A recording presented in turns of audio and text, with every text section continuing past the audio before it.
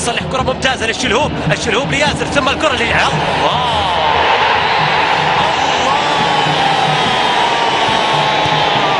ما يبطي الزين إلا من كبرى، وياسر ما تأخر عن التسجيل إلا من كبرى وكبر قدره. القحطاني تأخر في التسجيل علشان يسجل هدف، عشان يسجل هدف للذاكرة للميموري لا ينسى على الإطلاق. لقطة ما بين الشلهوب والقحطاني لا تنسى، لقطة إبداع، لقطة إبداع، وجبة إبداع لحد الإشباع. والله ما يبطي الزين إلا من كبرى وياسر، هذا كبرى وهذا كبر قدره يسجل الهدف الأول للهلال.